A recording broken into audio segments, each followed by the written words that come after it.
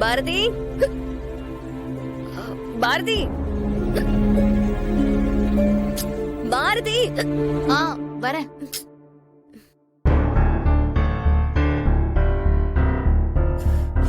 சொல்லுங்க. எனக்கு கொஞ்சம் குடிக்க தண்ணி கொண்டு வரியா?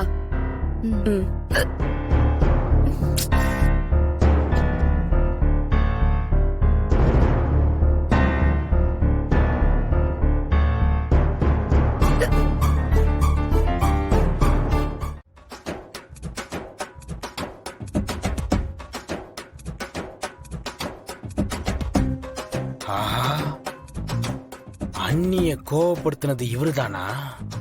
வரட்டும் வரட்டும். என்னடா தவக்கல, என்ன ஏதாவது டிராமாவில் நடிக்க போறீங்க? ஏண்டா எதுக்குடா இவ்வளோ பவுடரை மூஞ்சில பேசிட்டு வந்திருக்க?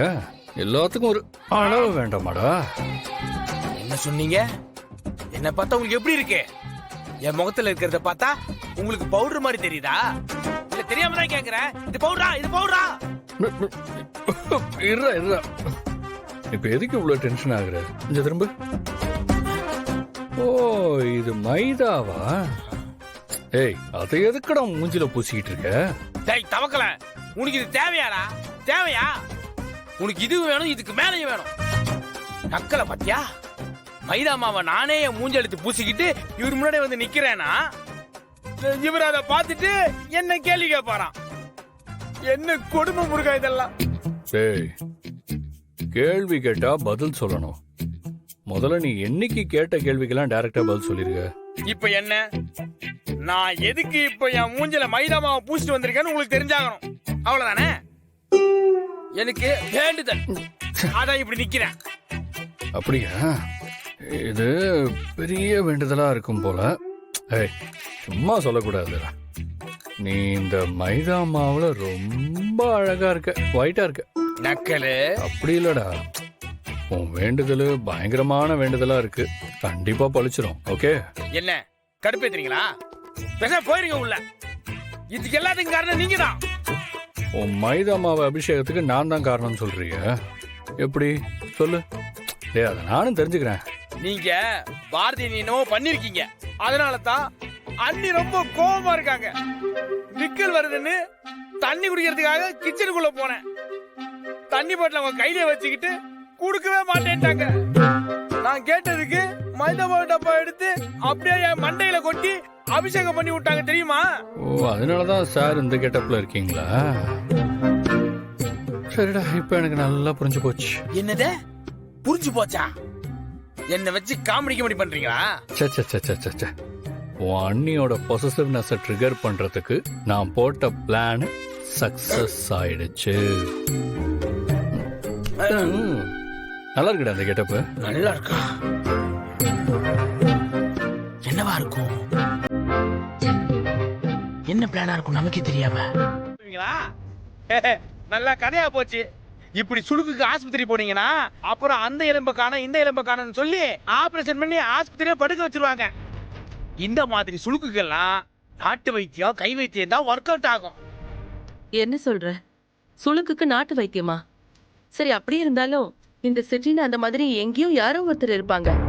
அவங்கள தேடி கண்டுபிடிச்சு போற வரைக்கும் மித்ரா எப்படி வலி தாங்குவா? அவ ரொம்ப பெயின்ல அவதிப்பட்டு இருக்கா. அதுவும் இந்த நேரத்துல எங்க போய் தேடுறது? அது மட்டும் இல்லாம இந்த ட்ரீட்மெண்ட்லாம் சரியா வரும்னு எப்படி தெரியும்? என்ன நந்தினி மேடம் எப்படி கேக்குறீங்க? சுளுக்கு எடுக்கிறது ரொம்ப ஈஸி. எந்த இடத்துல சுளுக்கு பிடிச்சிருக்கோ அங்க எண்ணெய ஊத்தி சரக்கு சரக்கு சரக்குன்னு நீ விட்டா சுளுக்கு பறந்து போயிட போகுது. என்ன சொல்றீங்க நீங்க? நீங்க சொல்ற வைத்தியம் எல்லாம் ஆஸ்பத்திரி இல்லாத காலத்துல வேணா சரியா வரும். ஆனா இப்போ இதெல்லாம் வேலைக்கே ஆகாது. அது மட்டும் இல்லாம சுளுக்கு பிடிச்ச இடத்துல எண்ணெய வச்சு தேய்ச்சா அது ஒரு பெரிய காம்ப்ளிகேஷன் ஆயிடும். சின்னதா இருக்கிற விஷயம் பெருசா போய் முடிஞ்சிடும். நீங்க ஏதோ தெரிஞ்ச மாதிரி பேசிட்டு இருக்காதீங்க. யார பார்த்து என்ன வார்த்தை சொல்லிட்டீங்க நந்தினி மேடம்? எங்க ஊர்ல கபடி விளையாடி கக்கத்துல சுளுக்கு பிடிச்ச சின்ன பயலுகள்ல இருந்து வயசான கிழவிக வரைக்கும் சுளுக்கு எடுத்திருக்கேன். இதெல்லாம் எனக்கு ஜுஜுபி மேட்ரு. இதெல்லாம் எனக்கு ரொம்ப நல்லா தெரியும் மேடம். அது வந்து எனக்கு தெரியும் தான், ஆனா என்ன விட எங்க ஆதியனுக்கு ரொம்ப நல்லா தெரியும். அவர் இந்த விஷயத்துல எக்ஸ்பர்ட்டோ எக்ஸ்பர்ட்.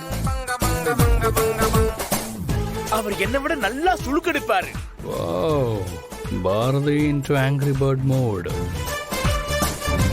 இப்ப நான் மித்ராவுக்கு சுளுக்கெடுக்க போறத சொல்ல போறேன். உன் கோபத்தை நான் பார்க்க போறேன். ஆமா நந்தினி, எனக்கு நல்ல சுளுக்கெடுக்க தெரியும். நிஜமா தான் சொல்றீங்களா ஆதி? அதான் அண்ணன் தெரியும்னு சொல்லிட்டாருல மேடம். அப்புறம் உங்களுக்கு என்ன சந்தேகம்? ரொம்ப நல்லதா போச்சு. அப்பனா சீக்கிரமா வாங்க ஆதி. அங்க மித்ரா பெயின்ல ரொம்ப கஷ்டப்படுறா. ஓகே. நந்தினி மேடம், சுளுக்கு எடுக்கிறது சாதாரண விஷயம் இல்ல. ஏதாவது தப்பா போயிடுச்சுன்னா அப்புறம் பெரிய பிரச்சனை ஆயிடும். நடக்க முடியாம கூட போயிடும். அதனால மித்ரா மேடம் ஹாஸ்பிடல் கூட்டிட்டு போறதுதான் சரின்னு எனக்கு தோணுது. இதுக்கு சரியான ட்ரீட்மெண்ட் அதுதான். கொஞ்ச நேரத்துல சரியா போயிடும். அதை விட்டுட்டு இந்த கை வைத்தியம் நாட்டு வைத்தியம் எல்லாம் பண்ணி ஏதாவது தப்பாயிட போகுது. நந்தினி, பாரதி ஏதோ புரியாம பேசிட்டு இருக்காங்க. நான் சுளுக்கு எடுக்கிறதுல எக்ஸ்பர்ட். சுளுக்கு இருக்கிற இடத்துல நல்லா எண்ணெயை வச்சு ஒரு டெக்னிக்கா தேய்ச்சி இழுத்து விட்டோம்னா